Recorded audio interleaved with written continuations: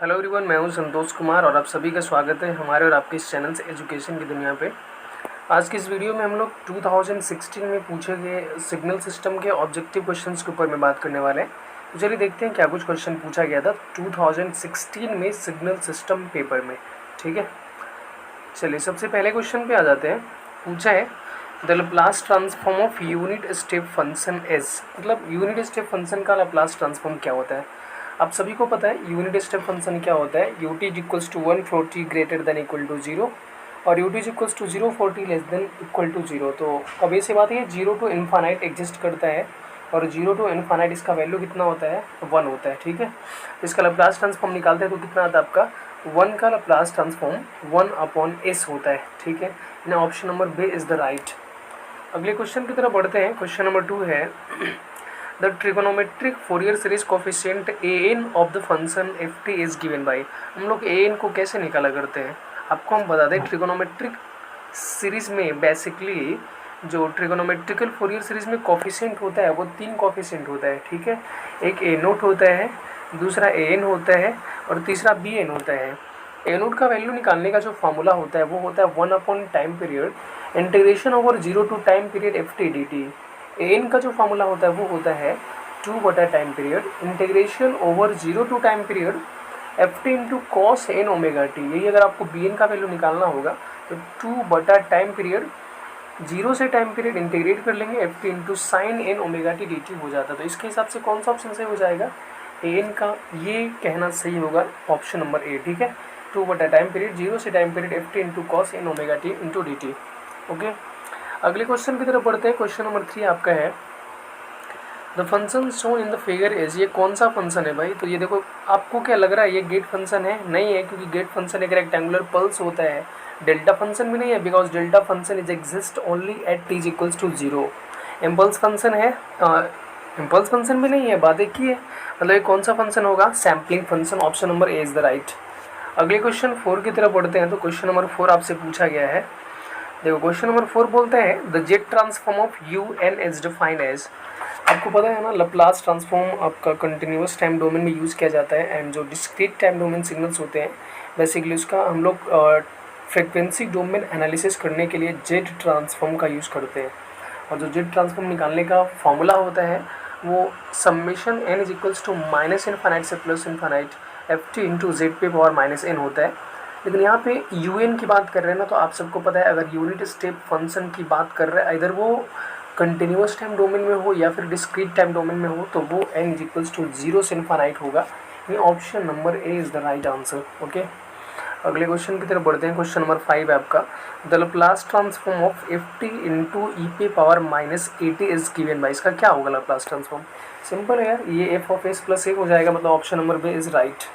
अगले क्वेश्चन की तरफ बढ़ते हैं। क्वेश्चन नंबर 5 है आपका पीरियोडिक सिग्नल्स आर। तो पीरियोडिक सिग्नल क्या होता है आपके, पावर सिग्नल्स होता है। ठीक है, अगले क्वेश्चन की तरफ बढ़ते हैं। क्वेश्चन नंबर 7 है for a signal f of t to be even the condition is. Even signal के लिए कंडीशन क्या होता है, अगर आप f of minus t equal to minus F of t आ रहा है then it is said to be odd. आपको लिख कर बता दें, देखो एफ ऑफ अगर माइनस टी का value minus F of t आ रहा है then it is said to be क्या, then it is said to be odd. अगर एफ ऑफ माइनस टी का value plus f of t आ रहा है then it is said to be even. ठीक है, और इवन फंक्शन का आपसे कंडीशन पूछ रहा था, इवन फंक्शन का ही कंडीशन पूछा है ना क्वेश्चन में, देख low signal f of T even कब होगा, इवन कब होगा जब एफ ऑफ माइनस टी का value positive F of T आएगा, मतलब option number D is right. ठीक है, अगले क्वेश्चन की तरफ बढ़ते हैं। अगले क्वेश्चन है आपका क्वेश्चन नंबर 8 ये सिग्नल कैन बी। सिग्नल को हम लोग क्या क्या कर सकते हैं भाई, तो पहला बोला आपको इंटीग्रेट कर सकते हैं क्या, time scaled, differentiate, all of देव, हाँ सभी कर सकते हैं। सिग्नल को हम लोग सभी ऑपरेशंस परफॉर्म कर सकते हैं। अगले क्वेश्चन की तरफ बढ़ते हैं। क्वेश्चन नंबर 9 है फॉर इवन और mirror symmetry function in Fourier expansion which of the following term is absent. Even symmetry के केस में कौन सा टर्म एब्सेंट होता है, आप सबको पता है ना, जब सिग्नल्स आपका इवन होता है उस केस में constant term it means A note and cosine term it means an are present and sine term will be absent it means bn will be absent। तो अगर फंक्शन आपका इवन रहेगा तो ए नोट और ए एन अब present रहता है, absent कौन रहता है, B N. Option number is right. Okay, अगले क्वेश्चन की तरफ बढ़ते हैं। क्वेश्चन नंबर 10 होगा आपका, the Fourier transform of gate function is. Gate function का फोरियर ट्रांसफॉर्म क्या होता है? तो देखो, गेट फंक्शन का फोरियर ट्रांसफॉर्म आपका सैम्पलिंग फंक्शन होता है, ठीक है। अगर आप Fourier transform of gate function देखना चाहते हो ना कि एक्चुअली हम लोग कैसे गेट फंक्शन का फोरियर ट्रांसफॉर्म निकालते हैं, तो इसका ऑलरेडी हमने वीडियो बनाया है और उसका लिंक हम डिस्क्रिप्शन में और कमेंट सेक्शन में पिन कर देंगे, चाहो तो आप देख सकते हो, ठीक है। अदरवाइज आप याद कर लो। अगले क्वेश्चन 11 की बात करते हैं। द इनिशियल वैल्यू स्टेट्स क्या है? इनिशियल वैल्यू क्या स्टेट्स करता है आपका? इनिशियल वैल्यू थ्योरम आपको याद होना चाहिए। स्टेट्स करता है limit t tends to 0 f of T equal to limit h tends to infinite s of F s. कौन सा है देख लो ऑप्शन में। तो option number C I think बोल रहा है limit t tends to 0 f of T equal to limit h tends to infinite s of F s, यानी option number C is the right, ठीक है। अगले क्वेश्चन की तरफ बात करते हैं। क्वेश्चन नंबर 13 होगा आपका। क्या बोला 13 में बोला है the differential operator D by D T is equivalent to. इसको हम लोग डी से भी लिखा करते हैं। पता है आपको इसको कहाँ पे यूज़ करते हैं? जब आप डिफरेंशियल इक्वेशन को, ऐसे तो आपके पास सॉल्व करने के बहुत सारे तरीके होते हैं, जैसे कि आपने अगर लीनियर डिफरेंशियल इक्वेशन की बात करें तो आप इंटीग्रेटिंग फैक्टर निकालते हो, देन आप सॉल्व करते हो। नहीं तो आप ये भी बोल सकते हो कि नहीं, अगर वो वेरिएबल सेपरेशन से भी सॉल्व होता है, हाँ, उसको हम लोग होमोजीनियस मेथड से भी सॉल्व करते हैं। यानी हमारे पास डिफरेंशियल इक्वेशन को सॉल्व करने का बहुत सारा तरीका होता है। उनमें से एक होता है कि हम डी बटा डी टी को डी ऑपरेटर मान लेते हैं और ये क्वाड्रेटिक वाला मेथड से सॉल्व करते हैं, ठीक है। अगर आपको पता तो अच्छी बात है, नहीं तो आप ऐसा याद कर लो इसको। हम लोग करते हैं बात, ठीक है। अगले क्वेश्चन की तरफ बढ़ते हैं। क्वेश्चन नंबर 13 है,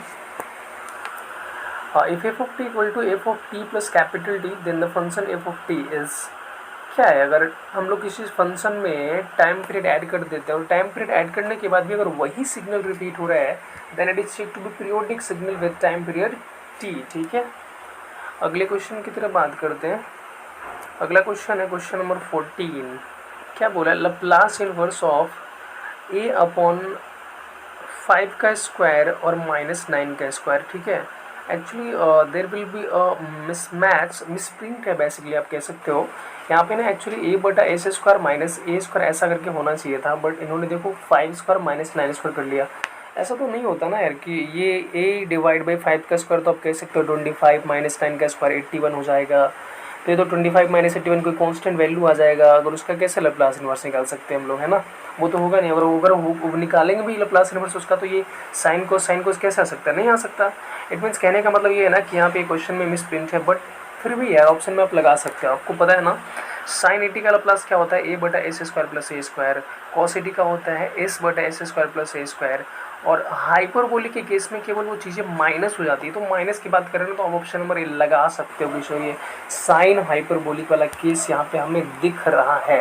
but this question is not correct, I am also say, ठीक है। अच्छा, आगे बात करते हैं हम लोग क्वेश्चन नंबर 15 की। फॉर सिग्नल फंक्शन उसका फोरियर ट्रांसफॉर्म पूछा है। पता है यहाँ पे एफ ऑफ जे ओमेगा पूछ रहे हैं, यानी कि आपको Fourier transform of signal function पूछा है, ठीक है। और ये हर बच्चे को याद होगा, Fourier transform of signal function होता है 2/जे ओमेगा।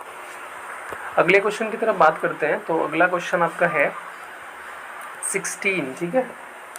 बहुत ही इंटरेस्टिंग क्वेश्चन है एक्चुअली 16। देख लो वो कैसे। आपको दिया एफ ऑफ एस का वैल्यू दिया है 5 इंटू एस प्लस 250 और नीचे में दिया एस इंटू एस प्लस 100। आपसे ये ना आपको ध्यान देना पड़ेगा कि यहाँ पे स्मॉल आई है और इनफाइनाइट ये वैल्यू आपसे पूछ रहा है, ठीक है। अच्छा, अगर ये आई इनफाइनाइट का वैल्यू पूछ रहा है, कहने का मतलब ये हुआ कि जब ये आई टी है, एक्चुअली आपको याद होगा जब कभी आप लैप्लास में कन्वर्ट करते हो ना, तो ये कैपिटल आई हम लोग लिखा करते हैं, मतलब फंक्शन की कैपिटल वैल्यू होती है। अगर वो टाइम डोमेन में होता है तो स्मॉल वैल्यू होता है। यानी वो टाइम डोमेन की बात कर रहा है, यानी भाई आप समझ सकते हो कि अगर ये ऐसा बात कर रहा है, यानी कि आपको आई इनफाइनाइट निकालना है। मतलब समझ रहे हो क्या निकालना है? आपको I T at T equal to infinite पे निकालना है। अच्छा, I T at T equal to infinite पे निकालना है, मतलब क्या? मतलब ये कि हमें फाइनल वैल्यू निकालना है। फाइनल वैल्यू थ्योरम क्या कहता है? फाइनल वैल्यू थ्योरम कहता है limit T tends to infinite F of T equal to limit S tends to 0 S into F S. Function किस में दिया हुआ है? आपको दिख रहा है ना, फंक्शन दिया हुआ है एस डोमेन में, मतलब हमें limit S tends to 0 S of F S का यूज़ करना पड़ेगा।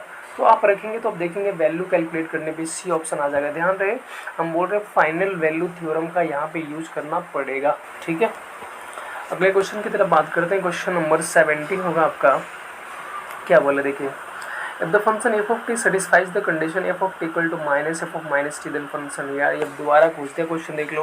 और ये तो ऑड कंडीशन का है ना, ऑड। अगले क्वेश्चन की तरफ बात करते हैं, क्वेश्चन नंबर 19 आपका। Question number 18, if u of n equal to 0 for n less than 0 and 1 for n greater than 0 then z transform of un। Basically unit step function की बात कर रहे हैं ना। देख लो, यूनिट स्टेप फंक्शन आपका क्या होता है, n लेस देन 0 पे 0 होता है और n ग्रेटर देन 0 पे 1 होता है। ये तो आपका यूनिट होता है, यूनिट स्टेप फंक्शन। ये बेसिकली डिस्क्रीट टाइम डोमेन की बात कर रहे हैं, है ना, डिस्क्रीट टाइम डोमेन की बात कर रहे हैं। अच्छा, डिस्क्रीट टाइम डोमेन का हम लोग जेड ट्रांसफॉर्म निकालते हैं, उसका तो लाप्लास ट्रांसफॉर्म निकलता नहीं, क्योंकि कंटिन्यूअस टाइम डोमेन के लिए हम लोग जब फ्रीक्वेंसी एनालिसिस करना होता है then we have to convert Laplace transform. And अगर हम लोग डिस्क्रीट टाइम डोमेन सिग्नल्स को अगर फ्रीक्वेंसी डोमेन में एनालिसिस करना होता है then we have to calculate z transform of that signal. And u n का जेड ट्रांसफॉर्म क्या होता है आपका, जेड अपॉन जेड माइनस 1। ठीक है, जेड ट्रांसफॉर्म निकालते कैसे हैं, तो summation n is equals to minus infinite से plus infinite u of n into z पे पावर माइनस एन। ठीक है, बट उस पर जाने की नीड नहीं। अगर आपको यहाँ पे तो इतनी चाहिए तो आपको आई होप याद होना चाहिए अगर आप एग्जाम दे रहे हो तो। ठीक है, चलो क्वेश्चन नंबर 19 की बात कर लेते हैं। If del of n equal to दिया, मतलब यहाँ पे इम्पल्स फंक्शन दिया है डिस्क्रीट वाला। ठीक है यार, डिस्क्रीट अगर इम्पल्स फंक्शन की बात करें तो उसका लाप्लास ट्रांसफॉर्म बोलो, फोरियर ट्रांसफॉर्म बोलो, इम्पल्स बोलो, सब चीज़ वन होता है। ठीक है, because this defined by area value and minus infinite two plus infinite delta T का डेल्टा एन का जो एरिया होता है वो कितना होता है, वन ही होता है। ठीक है, अच्छा क्वेश्चन नंबर 20 की बात करते हैं जो कि लास्ट क्वेश्चन होगा। Laplace inverse of a upon a square plus b square का क्या होगा लाप्लास इनवर्स, दिख रहा है यार, कॉस बी टी होगा, है ना, कॉस बी टी, यानी ऑप्शन नंबर ए सही होगा। चलिए, तो ये ऑब्जेक्टिव क्वेश्चन यहीं पे ख़त्म होता है आपका। इसके बाद सब्जेक्टिव क्वेश्चन स्टार्ट होता है। सब्जेक्टिव क्वेश्चन की कुछ की सॉल्यूशंस हमने करवा रखी है पहले से, तो उसका लिंक हम फिर से आपको बता रहे हैं, कमेंट सेक्शन या फिर डिस्क्रिप्शन बॉक्स में पिन किया हुआ रहेगा, आप वहाँ से देख सकते हो। ठीक है, अगर कुछ सजेशंस आपकी तरफ से हो तो आप हमें बता सकते हैं। तो आई होप कि आपकी तैयारी अच्छी चल रही होगी, पढ़ाई करते रहें। ऑल द बेस्ट, मिलते हैं नेक्स्ट वीडियो में, तब तक के लिए बाय बाय।